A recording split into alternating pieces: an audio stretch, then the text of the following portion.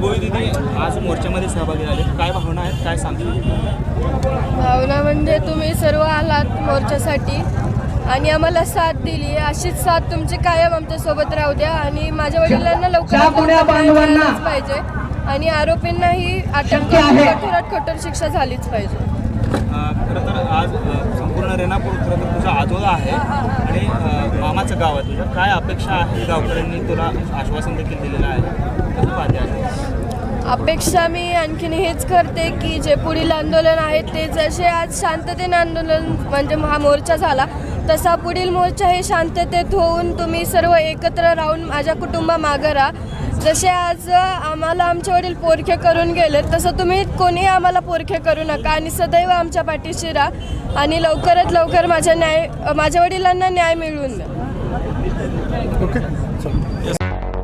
मुंबई, पुणे, नागपूर, मराठवाडा असो का विदर्भ, राजकीय, सामाजिक, शैक्षणिक क्षेत्र असो का क्रीडा, सर्वच घडामोडीचे विश्लेषण पाहायला विसरू नका. फक्त देशोन्नती न्यूजवर.